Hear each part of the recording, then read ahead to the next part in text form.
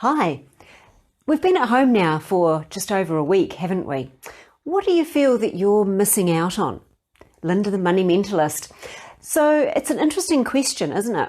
And the reason that I want you to think about that and maybe spend the next few days really thinking about it hard and writing things down, in other words, doing a bit of journaling, is because what you feel that you're really missing out on, what you don't miss at all, is going to give you some real insight into what your values are. And I know this might sound a little bit touchy-feely, and what's that got to do with money? Well, it's got an awful lot to do with money. Because what we really value and what is really important to us makes the choices that we make about how we spend our money so much easier. And because we're usually rushing around like mad things, commuting to the office, racing home, doing this, that, and the other, what I'm hearing from clients now who are working from home is, gee, I've actually freed up some time. So you've got some thinking time. Yes, spend some of it sitting in front of Netflix if you want to, or whatever it is you want to do, but also give some really serious thinking time to, what do I want my life to look like after this? Right now, I'm at home because that's how it has to be. But what am I really missing? What am I not missing at all? And that's in terms of activities and also in terms of what maybe you're spending or not spending your money on.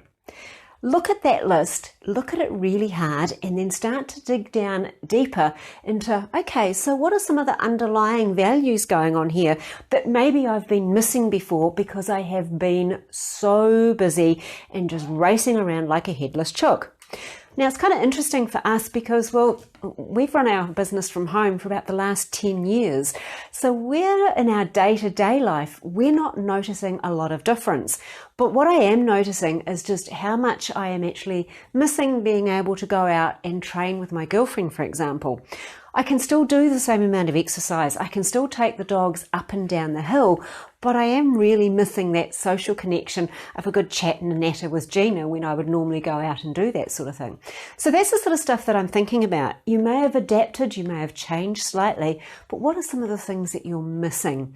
From that, you can then start to plan what you want to do and start looking then at how you are spending your money and the changes that you're going to make moving forward. Now, if this is sounding a little bit too deep and meaningful and you're not really quite sure where to go with it, you are more than welcome to have a chat to me about it, and I can certainly help you work through some of these questions. So we're just going to pop the link underneath for you to book a call if you would like to. It's completely complimentary and it's completely up to you where you would like to go with this.